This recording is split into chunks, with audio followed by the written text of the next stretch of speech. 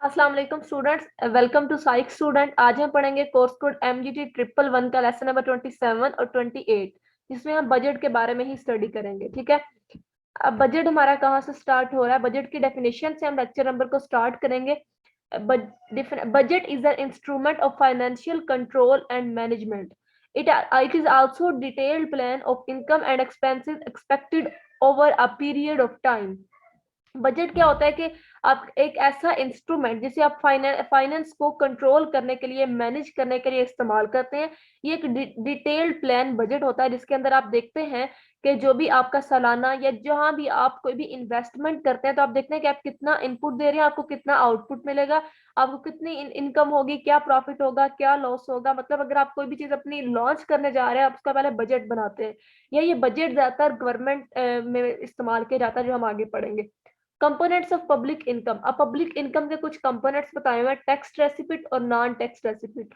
Tax receipt में हमारे पास डायरेक्ट एंड इनडायरेक्ट टैक्सेस आता है। नॉन टैक्स रेसिपिट में income from property and investment and receipt from civil administration. इन्हें भी हम डिटेल से पढ़ते हैं आगे। Use of taxes. उन्होंने कहा कि मुगल दौर में भी टैक्सेस का इस्तेमाल होता था, लेकिन उस वक्त कोई भी लॉ या पॉलिसी नहीं बनी हुई थी कि इस टैक्स को कैसे इस्तेमाल करना है, कोई प्रिंसिपल्स नहीं थे। गवर्नमेंट अपनी मर्जी से इस्तेमाल करती थी, जहां उनका दिल करता था करती थी, जहां नहीं करता था उन्हें नहीं किया। मतलब खास तौर पे वेलफेयर के लिए ये टैक्स कलेक्ट नहीं किए जाते थे। Principal purpose of taxation. फिर टैक्सेशन के कुछ प्रिंसिपल पर्पसेस बने। उन्होंने कहा कि रीडिस्ट्रीब्यूशन ऑफ इनकम। इनकम को रिडिस्ट्रीब्यूट करने के लिए टैक्स को कलेक्ट किया जाता था। मतलब अमीर लोगों से टैक्स को कलेक्ट किया जाता था और पुअर लोगों, जो गरीब लोग होते थे, उनमें डिवाइड किया जाने लगा। डिफरेंट किस्म की जो वेलफेयर एक्टिविटीज होती थी, उसमें इस्तेमाल किया जाता था टैक्स को। और फिर जो भी इकोनॉमिक ऑब्जेक्टिव्स होते हैं, मतलब महंगाई को कंट्रोल करने के लिए और एम्प्लॉयमेंट्स के लिए, बेरोजगारी को खत्म करने के लिए टैक्स का इस्तेमाल किया जाने लगा। एडम स्मिथ ने 1776 में 4 प्रिंसिपल्स दिए थे गुड टैक्स के रिलेटेड। उन्होंने कहा था good tax should be equal. Good tax हमेशा इक्वल होता है। ठीक है, फॉर एग्जांपल आप अगर दो ऐसे लोग हैं जिनकी पे बिल्कुल सेम है, तो उन पर सेम ही टैक्स लगेगा। Good tax should be certain. Good tax जो होता है, आप मतलब जितना कमा रहे होते हैं, जितना आप काम कर रहे हो, तो उसी के मुताबिक आपसे पे किया जाता है। आपकी हैसियत से ज्यादा आपसे नहीं मांगा जाता, जितना आप पे ही ना कर सके। Good text should be convenient. और फिर इसमें बताया हुआ कि वही बात की गई है कि ऐसा नहीं है, आप आसानी से जितना आप कमा रहे होते हैं, आप उसके मुताबिक आसानी से आप पे कर सकते हैं जो भी आपका टैक्स होता है। A good tax should be economical. A good tax जो सा होता है वो इकोनॉमिकल होता है कि आप मतलब कि जो भी कॉस्ट होती है उससे कलेक्ट करते हैं, और कभी भी मतलब जितनी आपकी कॉस्ट होती है उसके मुताबिक कलेक्ट करते हैं, और कभी भी अपने रेवेन्यू से एक्सीड नहीं करते टैक्स को। फिर जो मॉडर्न टैक्सेशन है उससे कुछ रूल्स हैं कि टैक्स शुड बी इम्पार्शियल। जैसे हमने पहले पढ़ा कि फॉर एग्जांपल अगर 2 सिटीजन हैं, वो एक जैसा कमा रहे हैं, उनकी फैमिली साइज भी सेम है, तो वो सेम ही टैक्स पे करेंगे। और उसके बाद बताया कि अगर कोई इंसान बहुत ज्यादा मेहनत से कर रहा है, आप बेसिकली टैक्स का मतलब ये होता है कि आपको ये पता चलता है कि कौन किस तरीके से पैसे कमा रहा है, आपको उसका इनकम सोर्स पता होता है, और फिर आप उसके हिसाब से उसका टैक्स जो है वो डिसाइड करते हैं। तो इससे ये होता है कि जो इंसान बहुत ज्यादा मेहनत, फॉर एग्जाम्पल अगर कोई एक मजदूर है लेकिन वो इतना कमा रहा है कि वो टैक्स दे सकता है, तो आप उसके ऊपर हैवीली टैक्स नहीं डाल सकते, क्योंकि वो बहुत मेहनत से अपनी अर्निंग कर रहा होता है। उसके बाद फिर आगे उन्होंने बताया कि ऐसा नहीं होना चाहिए कि हुकूमत महंगाई को कम करने के लिए टैक्स को बढ़ा दे, जो आजकल बिल्कुल हो रहा है। आगे टाइप्स ऑफ टैक्सेशन की टाइप्स बताई हुई है। Direct taxes, indirect taxes. Direct tax होते हैं जो आप इनकम वगैरह से काट लेते हैं।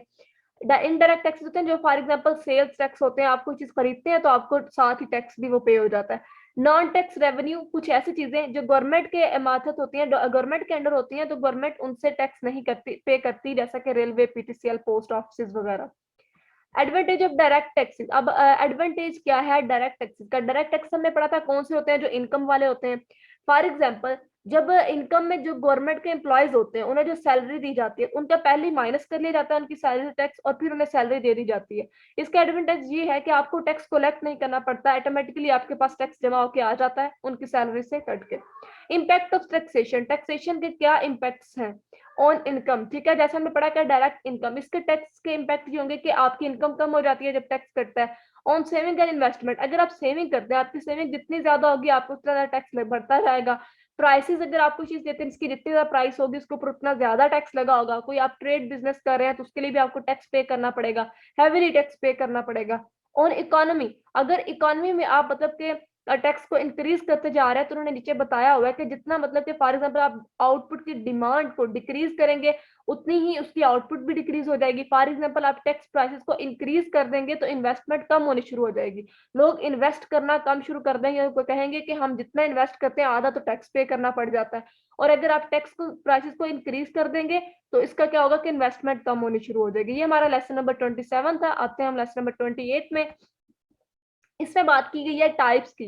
हम बजट की कुछ टाइप्स पढ़ेंगे। परफॉर्मेंस, वर्ल्ड वार सेकेंड से इसका मतलब परफॉर्मेंस बजटिंग जो स्टार्ट हुई थी, इसका यही था कि जो डिफरेंट ऑर्गेनाइजेशंस हैं उसमें किस तरह बजट को परफॉर्म करा, लेकिन उस वक्त इतना कामयाब नहीं हो सका था। प्लानिंग, प्रोग्रामिंग, बजट, अब ये डिफरेंट टाइप्स हैं, जिसे पीपीबी कहा जाता है। ये एमसीक्यू के लिए इंपॉर्टेंट है, इनकी शॉर्ट टर्म्स, ठीक है।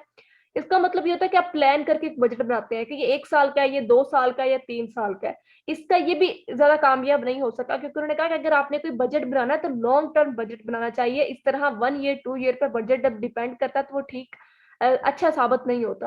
अच्छा, इसमें जो बाकी चीजें ये आप लोगों को खुद रिवाइज करनी है, इतनी इंपॉर्टेंट नहीं है। मेरा मकसद आप लोगों को सिर्फ कॉन्सेप्ट क्लियर करवाना होता है। अब ये जो जनरल बातें लिखी हुई है, डिटेल्स लिखी हुई है, जैसा लिखा हुआ है रैंड कॉर्पोरेशन यूएसए जो थी वो 1950s में बनी, ये डिपार्टमेंट, ये आप लोगों का काम है कि आप लोग खुद इसे रिवाइज करें, आपको समझ आ जाए। अब आप लोग बच्चे नहीं है कि आप लोगों को एक एक चीज बताई जाए।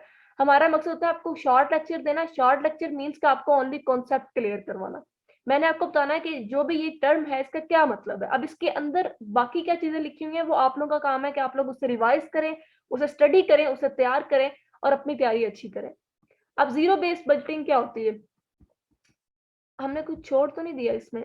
प्लानिंग, प्रोग्रामिंग, बजटिंग पढ़ लिया, जिसमें ये डिसाइड किया जाता है कितने ईयर का है। जीरो बेस्ड बजटिंग होती है, फॉर एग्जांपल आपने जो पिछले साल का बजट बना हुआ है आपके पास, फॉर एग्जांपल 2021 का जो बजट था, अब जब 2022 आया तो 2021 का सारा बजट माइनस हो गया, मतलब वो 2021 तक महदूद हो गया। 2022 में आपने नए सिरे से सारा न्यू आप बजट बनाएंगे, पिछली चीजें ऐड नहीं की जाएंगी। तमाम एक्सपेंडिचर्स, तमाम लेवल ऑफ एक्सपेंडिचर, जो भी डिसीजन यूनिट्स के डिसीजन थे वो सारे नए सिरे से लिए जाएंगे। इंक्रीमेंटल बजट में ये होता है कि जैसा कि जीरो में होता है कि आप बिल्कुल जीरो से स्टार्ट करते हैं नए साल में।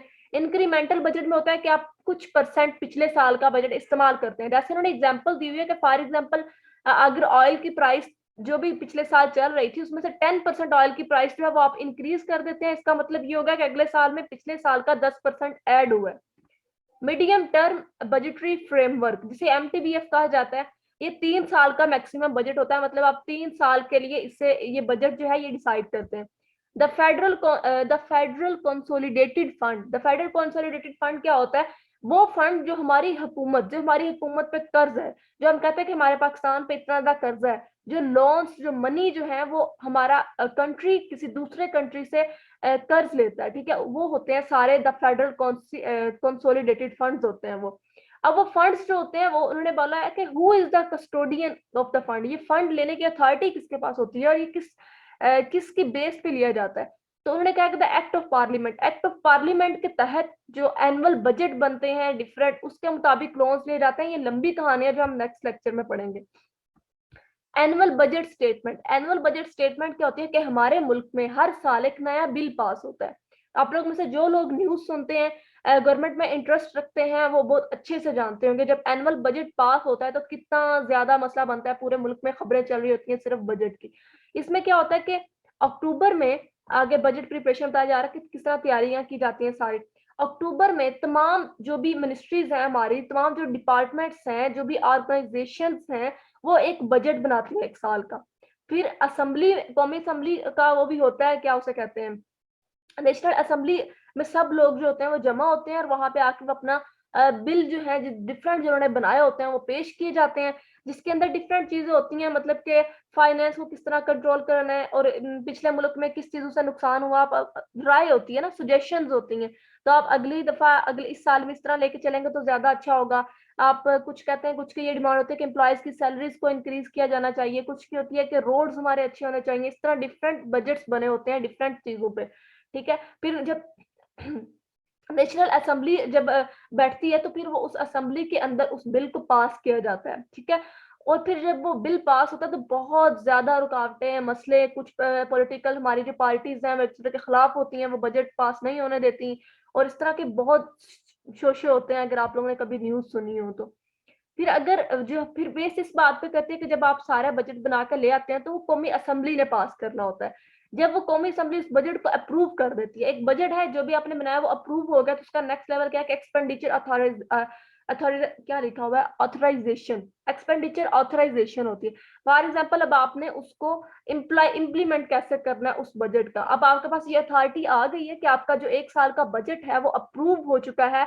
अब आपने उसको किस तरह लेके चलना है, मतलब किस तरह उसका रेवेन्यू निकालना है, कौन कितने उसका कैपिटल रेसिपिट क्या है, रेवेन्यू रेसिपिट क्या है, वो आप पे डिपेंड करता है कि आपने किस तरह उसे पूरा साल अच्छे से प्रेजेंट करना है उस बजट को। ये हमारा लेसन नंबर 27 और 28 था, जी मैंने आप लोगों को कॉन्सेप्ट क्लियर करने की अपनी पूरी कोशिश की और मुझे उम्मीद है कि होगा भी, बाकी आप लोग खुद रिवाइज करेंगे तो आपको अच्छे से समझ आएगा।